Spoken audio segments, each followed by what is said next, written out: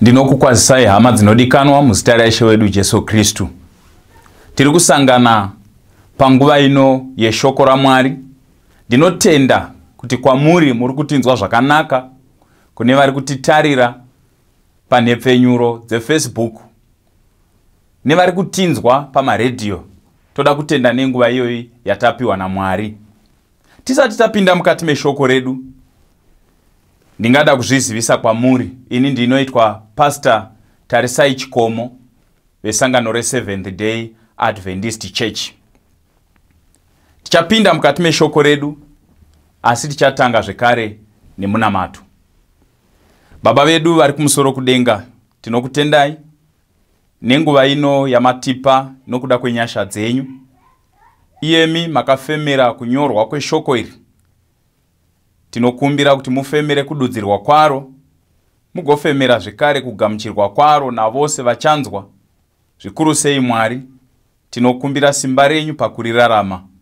Ndio munamato wedu nokutenda muzita raJesu Kristu muponesi wedu. Amen. Amen. Tinotenda vana vaMwari. Mazuva atiri kurarama, mazuva anorema, mazuva anorwadza, tingati isu mazuva erima guru. Matambudziko atiri kusangana nawo sevanhu pasi rose tenderere, matambudziko anoti kurira, ane simba kutidarika. Tiri kuona kuti nyika yedu ine kumwe kwayakananga kwaisingadzoki.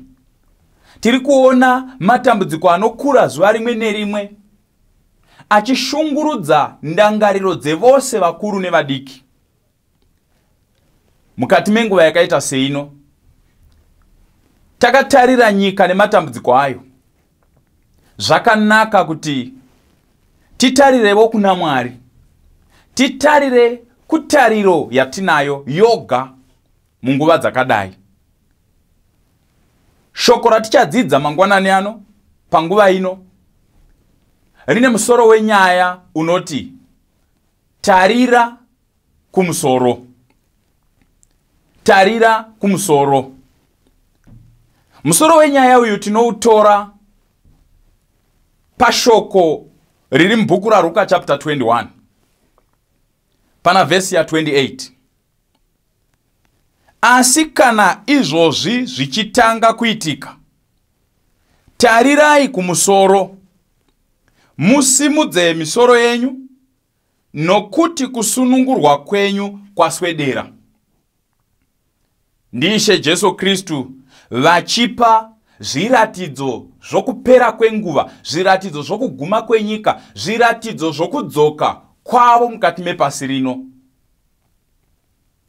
Tinoverenga mukati meBhaibheri kuti zviratidzo izvi zvizhinji zvacho hazvisi zviratidzo zvinofadza, zvorugare, kana zvinoyevedza pakuzviona. Zviratidzo zvinorwadza, zvinotsanangura kuchema nokurwadziwa nokushungurudzika nokutya. Tiri mubhuku raRuka iroro chapter 21 pavhesi ya26. Anoti, vanhu vachapera nokutya nokutarira zvinowira nyika. Asiwo here mazuva acho atiri kurarama. Anotaurwawo naPauro kuna Timoti kuti uzive chinhu ichi, nemazuva ekupedzisira nguva dzokutambudzika dzichavapo. Ndidzo nguva dzedu dzatiri kurarama idzi. Asi pamwe chetepo neshoko rezvinorema raanotipa Jesu, anotipawo neshoko retariro. Ndosaka tine mashoko anoti kunyangwe izvi zvose zvakakupoteredzai zvichiitika, kana moona zvichitanga kuitika, makuona makuzara nekutya mumwoyo yenyu nokuda kwezvinowira nyika, tarirai kumusoro. Tarirai kumusoro. Ndiyo nzira yedu yokuwana tariro mukati menyika ino. Tinoziva kuti Mwari wedu ndiMwari ane rudo. Kubvira pakutanga tinodzidza rudo rwaMwari muBhaibheri kubva kumavambo achisika zvinhu zvose. Wakasika vanhu nokuda kworudo. Kusvika patinonzwa Jesu achiuya kuzofa nokuda kwezvivi zvavanhu, rwaiva rudo zvekare. Mwari ane rudo. paakapa mwanakomana wake, wakapa chipo chikuru chisingagoni kuwanikwa kumwe. Paakapa mwanakomana wake, wakapindura, wakaresponda kudambudziko redu guru mukati mepasi rino. Dambudziko rechitema, dambudziko rokutambura, dambudziko rorufu. Mwari wakabhadhara kudarika paifanirwa napo kuti adzikinure mutadzi. Zvivi zvakaitwa navanhu zvaitsvaka kutiko ivo vanhu vafe. Asi tarirai muone mutengo wakazobhadharwa naMwari unokunda upenyu hwomunhu. Chitema chaitsvaka upenyu hwomutadzi. Murayiro waitsvaka rufu rwomutadzi watyora murayiro waMwari. Asi kunyange zvakadero, Mwari wakapindira panyaya iyi, akazvipa iye mutengo wacho waakabhadhara ukava mukuru kudarika mhosva yakaparwa. Rudo rwaMwari kunyange panguva yakadai hatifaniri kuva nomubvunzo narwo kana kunetseka kuti zvinoreva here kuti Mwari wasiya nyika ino, zvinoreva here kuti Mwari haachatidi, zvinoreva here kuti Mwari watisiya toga. Rudo rwaMwari haruna mubvunzo. Rudo rwaMwari rwakadzama, rudo rwaMwari rwakakwirira, rudo rwaMwari rwakapamhama. Hatigoni kurwutsanangura kunyange munguva yakadai takafanira kutarira kurudo rwaMwari. Saka Jesu Kristu paari kutidzidzisa kuti titarire kumusoro munguva inorema, panguva yaari kutaura pavhesi ya26 kuti vanhu vachapera nokutya nokutarira zvinowira nyika. Panguva yacho iyoyo unoti tarirai kumusoro. Hama dzangu, zvirwere zviri kuuya, matambudziko ari kuuya, zviri kuuya zvichichinjana zuva rimwe nerimwe, zvichiwedzera nokuwanda kwazvo. Kana takatarira nhamo dzenyika ino nokuwanda kwadziri kuita, nezvimwe zvigwere zvichangobuda izvi, zviri kuda kutiudza kuti fimbi yenhamo ichine zvimwe mberi. Takambofunga kuti fimbi yenhamo haichina, yapererwa pakaita AIDS. Tikati mati kuchauya zvinodarika apa here. Takambonzwa Ebola tikati iyi yanyanyavo iyi. Asiko zvino zviri kutiratidza kuti mufimbi yenhamo muchiri nezvimwe zvinogona kutiremera zviri mberi. Mazuva aya ari kuramba achioma tichienda mberi. Tingava netariro yokugadzira nyika igonaka, pasi rino rigonaka, asi handi zvirwere chete zviri kuparadza nyika ino. Zvirwere nediri, climate change nediri, nyaya yoruvengo ruchikura, rudo rwavazhinji ruchitonhora nediri, hondo neguhure hondo nediri, zvakawanda zviri kupwanya nyika ino kwayakananga kumawere kuri pachena kuti hakuna munhu nesimba rake angagona kuidzosa. Chero tikabatana tose nendangariro dzedu savanhu hatigoni kubuda nesolution pazvinhu zvepasi rino. Bhaibheri rakataura kuti zvaakudai mwoyo yedu ichinyunguduka nokutya, tarirai kumusoro. Zvazvinoreva vana vaMwari ndezvokutiko we are left with an escape route. Mwari wakatisira mbudhlo yokupukunyuka nayo ngwavaira dzepasi rino kuti tinzvenge nhamo dzenyika tigarike pamoyo. Tarirai kumusoro. There is a way. Tariro ichiripo nokuda kweshoko raMwari. Kunyange kutambudzika kuripo, kunyange rufu rwuripo, kunyange zvirwere zviripo, vanotarira kumusoro vane tariro yokupona. Zvinondirangaridza Mapisarema chapter 42 pavhesi ya5. Munyori unoti, unoshuwireiko mweya wangu? Unoshayiwa rugare neiko mukati mangu? Tarira kuna Mwari, nokuti ndichazomurumbidza hangu nokuda kwokuponesa kwechiso chake. Unoshuwireiko mweya wangu?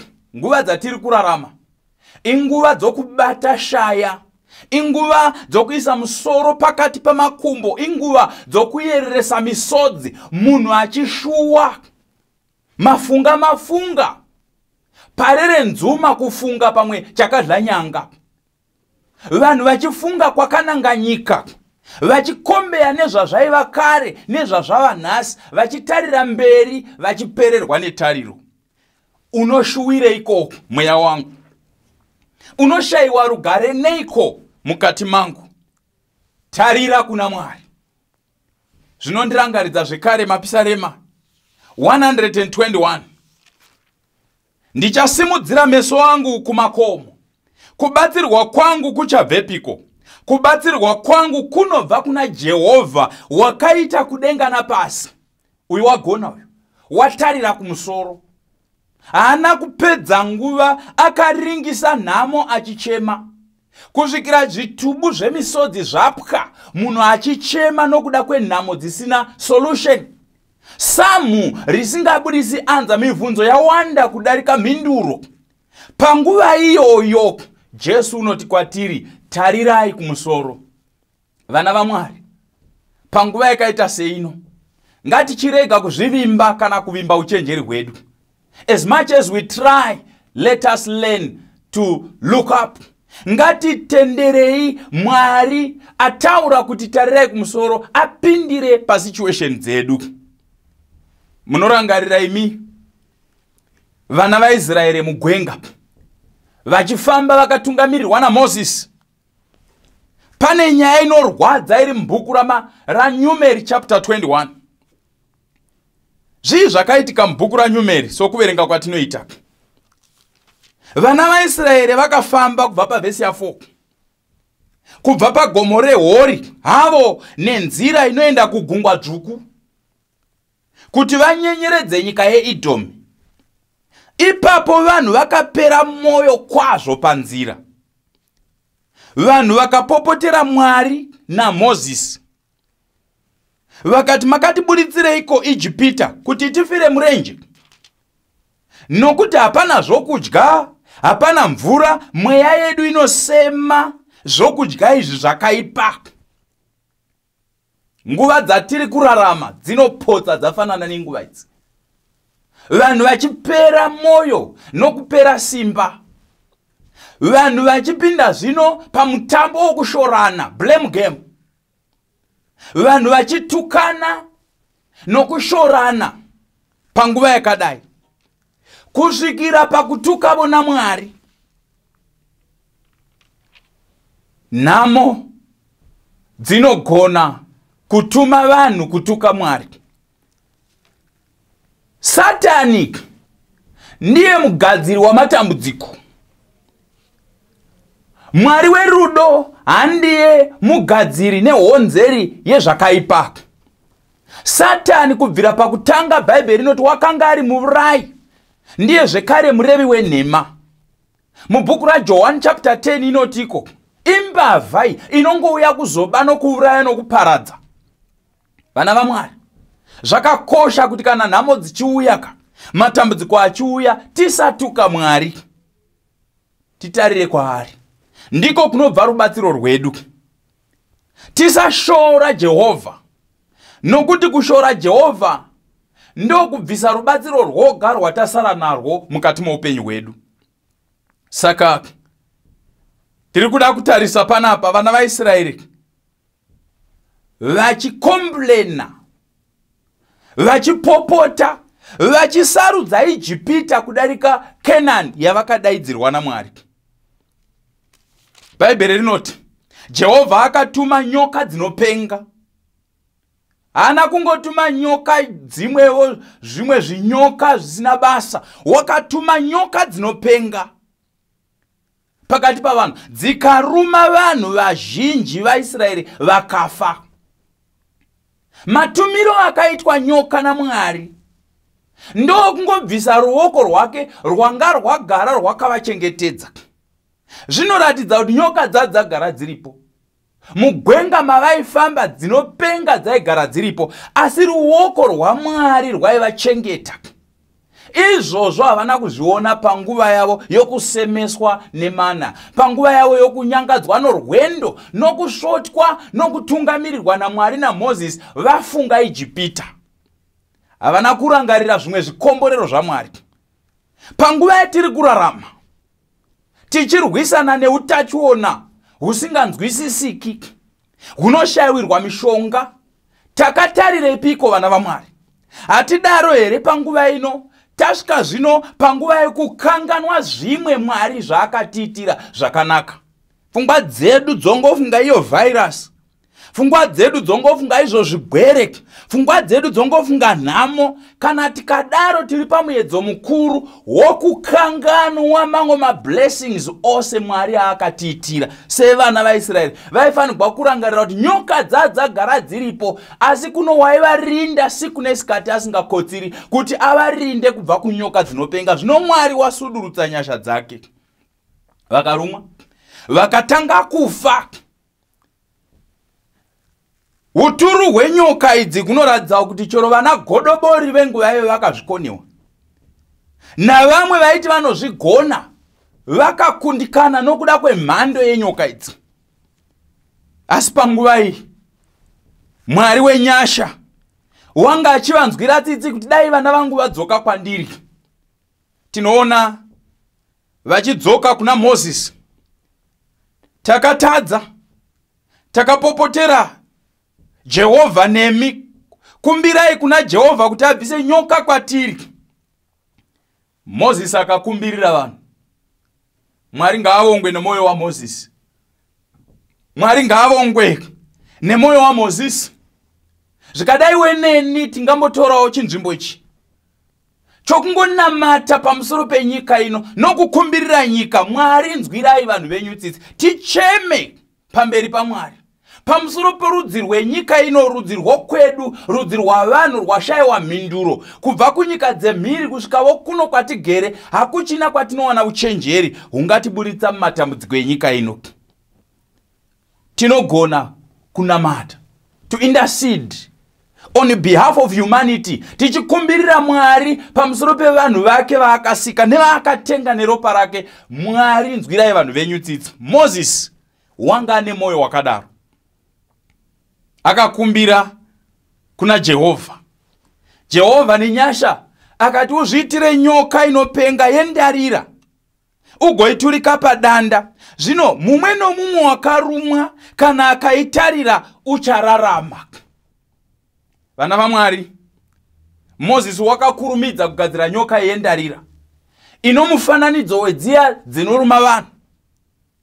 Achigadzira nyoka yendarira iyi ndokubva shoko rafamba kuti vose varumwa, tarirai kunyoka yasumudzwa naMoses padanda pakakwirira, vatarira vanopona. Ndo vhangeri rakaparidzwa panguva iyoyo. Ndo wakava mushonga, ndo yakava vaccine, ndo yakava nzira yokupora kwavana vaIsraeri mugwenga. Vakaudzwa nyaya yokutarira kuchinhu chaturikwa padanda. Tarirai kumusoro. Pfungwa iyi tinoirangaridzwa nemhaka yekuti kunyangwe Mwari akaisa pachena nyoka padanda, havashayikwi vamwe vakada kutanga kurizina kuti nyoka inopindirana papi, iri padanda inopindirana papi nezviri mugumbo mangu. Uturu huri kufamba mutsinga dzangu hunokonekitana papi nechinhu chendarira. Mibvunzo yose vaivhunza vachitandadza vachitofa, just doubting his plan. Asi vakatenda kuzano raMwari. Mumarwadzo nomukushushikana vakatarira kunyoka. Vanhu iva vakaponeswa without questioning. Paitsvaka kutenda zvino kusina muvhunzo, kutenda kusingabvunzi uchenjeri hwaMwari asi kunotenda uchenjeri hwaMwari. Ndosaka Jesu achitiko, moyo yenyu ngairege kumanikidzwa, tendai kuna Mwari, mutendewo nokwandiri. Tingatadza kutsanangura vana vaMwari kuti Mwari uchazviita sei, tingatadza kunzwisisa kuti Mwari uchatiponesa sei, chaizvo chaizvo zvichafamba sei, asi kungotarira kwaari kuno upenyu. There is a life in a look. Kutarira kwaari koga kunounza shanduko muupenyu hwedu. Tendai kuna Mwari, mutendewo nokwandiri. Jesu unodana vose vanoshungurudzika pamoyo to believe his wisdom, kutenda muuchenjeri nezano rake rokusingaperi. Ava vakarumwa nenyoka kunotova novuturu hunodereka uhu hwakaruma tose. Bhaibheri rinotiko nokuti vose vakatadza vakasasvika pakubwinya kwaMwari, vanongoruramiswa bedzi nenyasha dzake nokururama kuri muna Kristu Jesu. Tiri kuona isu vana vaMwari kutiko waingova mucherechedzo kuti zvose zvinoruma vanhu izvi zvinoperetera chakaruma vanhu chikuru chinonzi chitema. Kutaura kudai, vanhu vose vakarumwa vana mazai novuturu hwechitema mukati mavo. Rufu harubvi kuzhe, runobva mavari. Ndio saka zvichinziko rufu rwakasvika kuvanhu vose nokuti vose vakatadza. Asi kana tichidzoka panyaya yedu mubhuku raNyumeri, vakatarira vakapona. Vamwe vakapedza nguva vachitova mavanga, vamwe vakapedza nguva vachiedza mishonga nemiti yavanoziva, vamwe vakapedza nguva vachichema nhamo, vamwe vakapedza nguva vachirayira nhaka, vamwe vakapedza nguva vachigomera nokuchema. Vana vaMwari, inguva yokungotarira kumusoro, inguva yokutarira kuna iye wakasimudzwa panyika. Unoti kana ndasimudzwa ndichakwevera vose kwandiri. Kukwevera vose kwandiri waireva kukwevera kuupenyu. Saka Jesu Kristu ndiye une simba rokuti chadhonza chinorarama, chakwevera kwaari chinova noupenyu. Vakatarira vakararama, asi vakatarira pasi vachitsanangura nhamo dzavo havana kubatsigwa. Jesu unoti mubhuku raMateo chapter 11 verse ya 28, uyai kwandiri imi mose makaneta makaremerwa, ini ndichakuzorodzai. Kana tichibvuma kuti taneta, kana tichibvuma kuti taremerwa, kana tichibvuma kuti zvino tazoremerwa, uyai kuna Jesu. Tarira kumusoro, tarira kumusoro. Tisapedza nguva tichitsanangura matambudziko, tisapedza nguva tichichema matambudziko, tisapedza nguva tichichemana pachedu tichingoti zvakaoma, zvakaoma. Ngatibatsiranei kutarira kumusoro. Ndinovimba kuti vamwe vanga votandadza vakabatsirwa nehama dzavo kushozhonyodzwa musoro, kutarira kunyoka yendarira, kungoona kuti vai watorarama. Ndo zvatingada nhasi. Vapera chaiko tariro, ngativasimudzei misoro vatarire kumusoro. Kana tichiti kutarira pasi, tiri kureva kuti nhasi uno vamwe vanongoti zvinhu zvakamira zvakadai, zvichiperetera kupetwa nokupera kwezvinhu zvose. Munhu ndo paanongofunga mombe dzake, munhu ndo paanongofunga matanga ake namapurazi, munhu ndo paanongonyanya kufunga pamusoro peminda namabasa, munhu ndo paanonyanya kufunga zvepasi rino. Asi vana vaMwari, zvakanaka kutarira pane zvepasi rino tichigadzira nokuronga ramangwana, zvakanaka izvozvo. Asi tinofanirwa kuva nechimwe chatakabata chakakosha chatisingagoni kutorerwa, tariro yatinowana kuna Jesu Kristu. Handina kumboziva ini kuti bhora chairo richasvika panguva yarinomira kutambwa. Ndiyo nguva ino rambomira, chero rikazotambwa. Asi handina kumbofunga kuti bhora nemadirwa rinoitwa navanhu nemari dzinoiswa mubhora rine nguva richanzi haritambwi. Handina kumbofunga izvozvi. Vamwe vairota kuti kana ndikafa vanhu vachazara pamusha pangu, mota dzigosvika uko. Handina kumbofunga kuti parufu panonzi 50 vanhu. Ndiyo nguva yatiri kurarama yekuti chero uchidiwa navangani vangatochema paWhatsApp nokuchema paFacebook, asi 50 ndo vanokuchema ivo. Nguva yedu ino tiri kutarira nguva yekutiko zvinhu chero unazvo unoda tsamba kuti uinde kumberengwa kupurazi rako uchibva kugokwe. Unoda matsamba, unofanirwa kuita distance yourself, not only social distance but even distance from your own things. Ndio nguva yacho yatiri kurarama. Kana takaitarira nguva iyi, chirega kuramba wakatarira pane zvopera, chirega kuramba wakatarira pane zvongoinda wakatarira. Tarira kumusoro. Ukaramba wakatarira pane zvopera nezvenyika ino, wakanangisa pazviri, muedzo mukuru ndouyu sove vana vaIsraeri. Wokufa wakatarira nhamo, nokufa wakatarira matambudziko, nokufa usina anza. Asi vanotarira kumusoro vanowana tariro itsva, vanopuwa simba itsva. ndiko kumirira Jehovha. Vanomirira Jehovha vanopuwa simba idzva, vanopuwa rimwe simba risingabvi mumari, risingabvi padzidzo, risingabvi mubasa, risingabvi pamukurumbira, rinobva kuna Mwari. Tarira kuna Mwari. Hama yangu inodikanwa, zvinongotsvaka iwe kuti utaure kuna Jehovha kuti iko ndinouya kwamuri sezvandiri, ndigamuchire iwo Mwari, mundibatsire, ndinoisa upenyu hwangu mumaoko enyu. Ndiye wakakusika. Chero hwabvaruka kuita mapisi, he can put them back together. Ndiye Mwari anogona kukupa rugare mumwoyo rusingabvi kumwe. Nokuda kwokuti vanhu vane pfungwa yekungotarira pasi. Nomuka mangwanani oga achiverenga manewspaper, ose manewspaper omunyika muno nekunze kwenyika, nemhiri kwamakungwa, obvapo oenda paTwitter, obvapo oenda paFacebook, achitsvaga kuti ko zvakamira sei munyika. Ukaramba uchitarira zvinhu zvapasi uchaita dzungu. Uchafanana nouya uri kukwira paboterekwa agoita dzungu rokuwira mazviri. Haisi nguva here yokuti tifanane nevanakomana vaIsakari vaigona kunzvera magwaro nokuverenga nguva kuti vazive kuti nguva ino yakamboita sei uye chii chatinofanira kuita panguva ino. Kuburikidza nokuverenga shoko raMwari, vana vaMwari, tinogona kunzvera. Kunonziko vaprofita vekare mubhaibheri vakanzvera nokubvunzisisa vachitsvaka kuti vanzwisise kuti nguva yatinozoitirwa nyasha nayo ndeipi.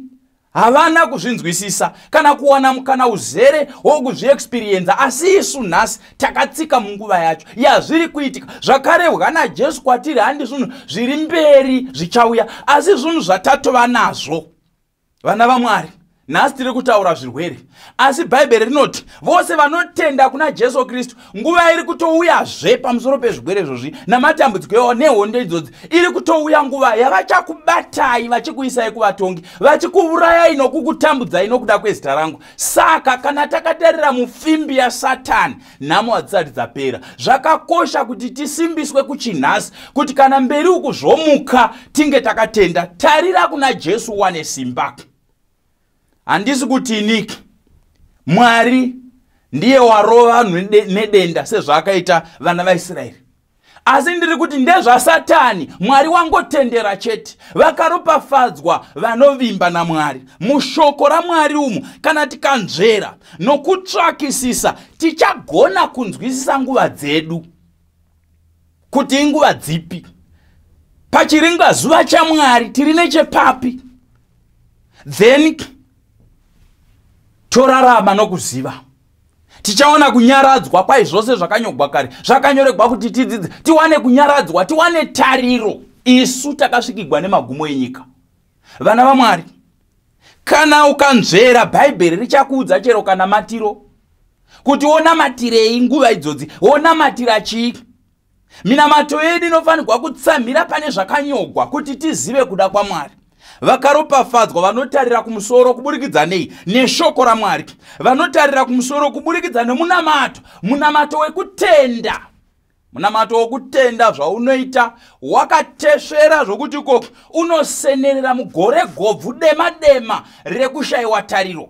It penetrates the dark cloud of doubt. Inokwanisa kuvenzenga nokupaza makore aya ari pamusoro pedu akasviba okushayiwa tariro. Oinda kumusoro otarira kuna Mwari. Tarirai kuna Mwari. Kana tichitarira kuna Mwari tinobonei? Kana tichitarira kumusoro nekutenda, tinotevera gwayana kwose kwarinoenda. Tinobva naye rwendo rwaakafamba panyika nokutambudzika kwake achitambudzikira isu. Tinomuona Jesu Kristu achisvika panguva yake yakaomarara inorwadza inorema. Panguvapo chero navadzidzi vake vakamutiza. Panguvapo chero nevakanga vari pedyo naye vakamutengesa, vamwe vakamuramba. Tinotarisa nguva Jesu paakaremerwa kusvikira iye omene ataura kuti iko mweya wangu une shungu sei. My heart is exceeding sorrowful. Mweya wangu une shungu sei muGetsemani achinamata achibuditsa ziya rinenge ropa. Jesu achishingaira nokuda kwezvaakatakura mutoro wechitema chepasi rose. tinomutevera saizvozvo Jesu, tichiona kunyangwe panguva yaakatongwa namadzishe naSanhedrin achizotongerwa rufu, vachimurova, vachimutambudza, vachimupfekedza korona yemunzwa, vachimuvenzenga nyama nemboma dzemasoja echiRoma, vachiinda naye vakamutakudza danda rinenge ranga raitirwa Bharabhasi rikava rake kusvika kumuchinjikwa.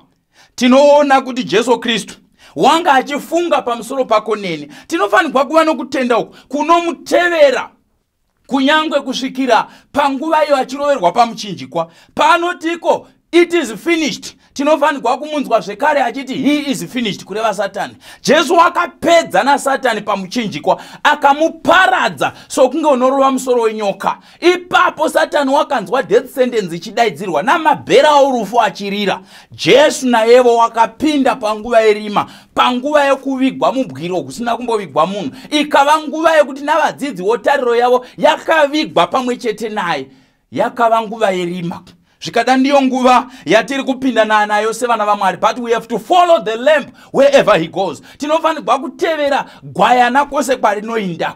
Vadzidzi vapererwa netariro, vamwe vaya vanga vakamira pamuchinjikwa achidaidzira kuti Mwari wangu mandisirei, vakatiko zvino kana iye osiwa naMwari ko kuzoti isuwo. Tariro yavo ichibva yachipera ndokupereratu. Asi Mwari ngaavongwe kuti kunyangwe Satani norufu vanga vaita chibvumirano chokumugarisa muguva nokusingaperi asingadzoki sokureva kwanga aita, Mwari pachake wakamumutsa pazuva rokutanga revhiki. Kumuka kwaJesu chakava chishamiso, akava mangwanani yakanaka. Zvikazadzisa shoko riya rokuti ikoko mufaro unouya mangwanani. Kuchema kungavapo madekwana, asi mufaro unouya mangwanani. Vana vaMwari, kana tikatevera nzira yaJesu sevadzidzi vake nevateveri vake vanomutevera vakatakura muchinjikwa wake, gwayana kwose kwarinoinda tichava netariro itsva, nokuti haana kungofa akarambira muguva, wakabuda mupenyu nokusingaperi. Hatisi kutaura pamusoro paMwari wakafa, hatisi kutaura paMwari watinofembera kuti uriko here kana kuti hako, hatisi kutaura pamusoro paMwari wokufungidzira, tiri kutaura pamusoro pouyo wakamuka akararama nokusingaperi asingachazofizve. Ndiye watiri kuti ukatarira kumusoro uchamuona nekutenda. Tarira kumusoro, tarira kumusoro. Wapedza kuriverenga newspaper, wapedza kudzinzwa idzo bad news, wapedza kunzwa mashoko akaipa zviri kuitika pasi pano, nema cases, nema infections, nenhamo, nezvose zviri kuitika, nehondo, nema accidents. Tarira kumusoro, you will see there's a living Jesus who is ready to give us a better hope. Jesu Kristu mupenyu nokusingaperi. Tinomuona achikwira, vadzidzi vake kwai vakaramba vakatarira, achikwira mubhuku raMabasa chapter 1 achivavimbisa simba, kwai muchapuwa simba, ndokubva akwira kumusoro. Achikwira kudaro, hongu mitsipa yanga isingachatendi kuramba vakatarira physically, zvazvisingachaiti nokuti havana kuzomuonazve, but by faith vaifanirwa kuti vatarire kwari. Nesuwo tinobatana nevose vokutenda kutarira kuna Jesu mupenyu kwaakainda uripi. Kana tikatarira kumusoro hatimushayiwi. Wakasvika kugara kurudyi rwechigaro chaMwari Baba, unotonga aripo nokusingaperi, ndiye wakabata matomu epasi rino. Ukatarira kumusoro uchazowisisa kuti haisi virus ine last say. Ukatarira kumusoro uchazowisisa kuti ko hachisi chikara chine mashoko okupedzisira. Ukatarira kumusoro uchazoona kuti hadzisi hurumende dzichapa the last say. Wakabata matomu ndi Jesu Kristu. Ukatarira kumusoro uchazvowisa izvozvo. Ukatarira kumusoro uchaona kuti uripo neropa rake pamberi pechigaro chaMwari, kureverera vanhu musungano itsva, kuti vose vatenda kuna Jesu chero zvivi zvavo zvakatsvuka seropa zvichene semakusha amakwai. Ukatarira kumusoro uchazviona nokutenda. Tarira kumusoro. Ukatarira kumusoro uchaona kuti wasara nenguva shoma kuti apedze basa iri. Ukatarira kumusoro uchaona kuti kune bhuku kudenga rine mazita avatsvene vachapinda muushe hwaMwari, musingazovi nokurwara, musingazovi nematambudziko, musingazovi nenhamo. Ukatarira kumusoro, tsvaka kunzwisisa zviri kumusoro nezviri kuitika kudenga kudarika zviri kuitika pasi. Ndo shoko rangu mangwanani ano. Tsvaka kunzwisisa zvokudenga kudarika madetails ezvinhu zvepasi rino. Chabhondana misoro tigotambudzana. Chakatangirepi? Ndiani wakatanga nacho? Zvino kana vanhu vakabayiwa majekiseni, zvino ngatitarire kumusoro. Kune nyaya dziri 8 dzatingataura. Kana tikatarira kumusoro manje, tichatenda shoko riya rinoti be still and you shall see the deliverance of the Lord. Kana watarira kumusoro, your questions will be answered. Kana watarira kumusoro, uchagona chero kufa wakazorora murugare.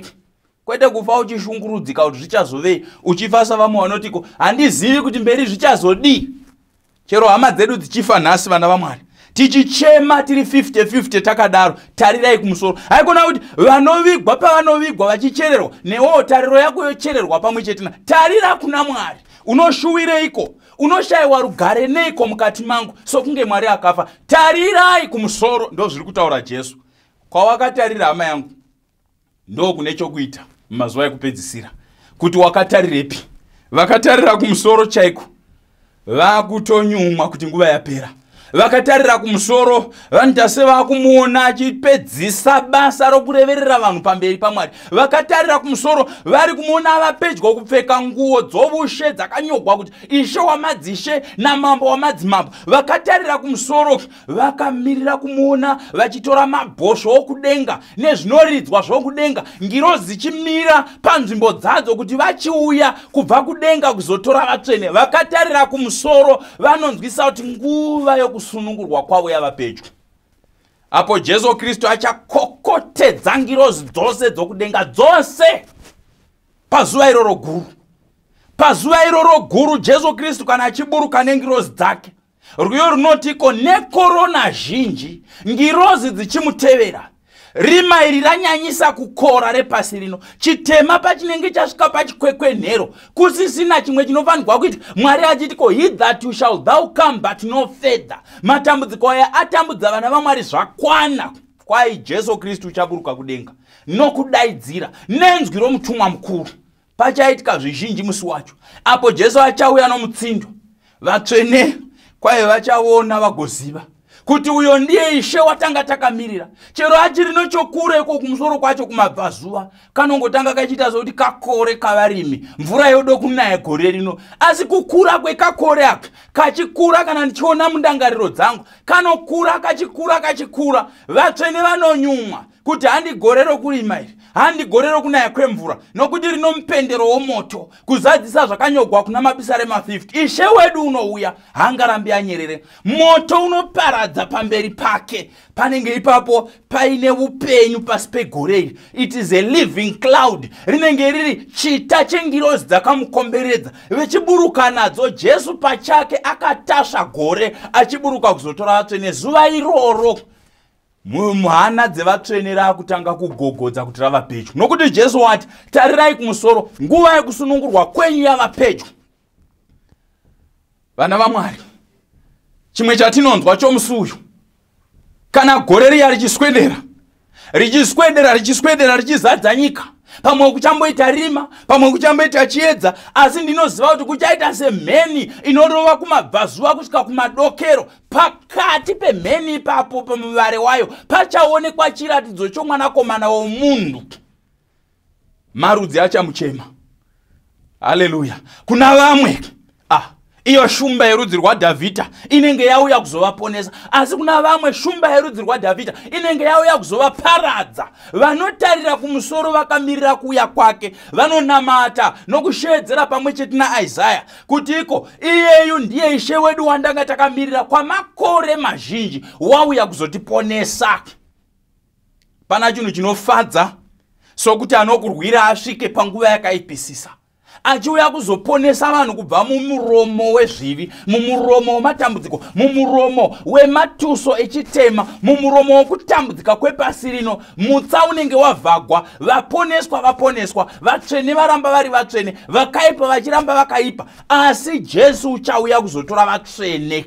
Zvino hatiitwi vatsvene kana uuya nemakore, hazviiti.